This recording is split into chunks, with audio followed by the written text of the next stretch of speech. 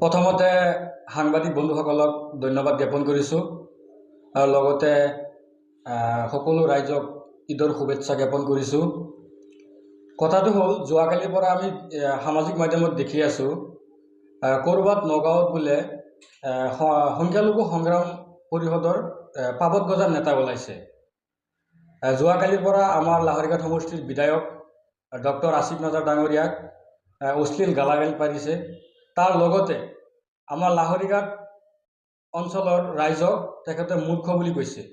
ইমান সাহস ক'ত পালে তেখেতে যে আমাৰ ৰাইজক মূৰ্খ ক'বলৈ? 3 লাখ মানুহ মূৰ্খ নেকি? সি কোন হয় ৰাইজক মূৰ্খ বুলি ক'বলৈ? আমি যিমানটো গম পাইছোঁ, যোৱা বিধানসভা নিৰ্বাচনত তেখেতে আসিফ নাজাৰৰ পৰা পইচা খুজিছিলে। আসিফ নাজাৰে পইচা নিদিয়াৰ কাৰণে তেখেতৰ লগত লাগি আছে। তাৰ আগতে আমি চাইছোঁ ৰূপৈহাট সমষ্টিৰ বিধায়ক নুৰুল হুদা ডাঙৰীয়া তেখেতৰ পৰা পইচা খুজিছিলে। তেখেতৰ পইচা নিদিয়াৰ কাৰণে তেখেতৰ লগত লাগি আছে। গতিকে তেওঁ দালাল নে সংখ্যালঘু সংগ্ৰাম পৰিষদৰ নেতা, সেইটো প্ৰথমে তেখেতে ক্লিয়াৰ কৰিব লাগে। আৰু দ্বিতীয়তে হ'ল, তেখেতে যদি সংখ্যালঘু সংগ্ৰাম সমিতিৰ নেতা হয়, তেতিয়াহ'লে ইণ্ডিভিজুৱেল এটা UDF পাৰ্টিক তেখেতে কিয় ছাপোৰ্ট কৰে? তেখেতে নিৰপেক্ষ হৈ থাকিব লাগে, কোনো ধৰিব নালাগে। লাহৰিঘাটবাসী ৰাইজৰ হৈ মই তেখেতক কৈছোঁ যে 24 ঘণ্টা সময়ৰ ভিতৰত তেখেতে যদি লাহৰিঘাটবাসী ৰাইজৰ ওচৰত ক্ষমা নোখোজে, তেতিয়াহ'লে আমি লাহৰিঘাটবাসী ৰাইজে তেখেতক বিহিত ব্যৱস্থা কৰিম।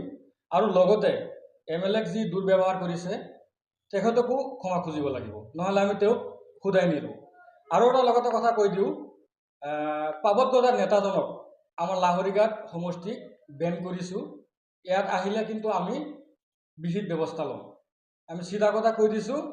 আৰু তেওঁক আপোনাক সকীয়াই দিছোঁ, তেখেতৰ যদি মুখ থাকিলে যিটো কথা কৈ দিব লাগে, নেক্সট টাইম যাতে এনেকুৱা কথা নকয়। নেক্সট টাইম এনেকুৱা কথা যোনটো বিধায়কৰ ওপৰত বা যাৰ ৰাইজৰ ওপৰত তেনেকুৱা কমেণ্ট কৰিব, আমি কিন্তু তেওঁক শুধাই নিদিওঁ।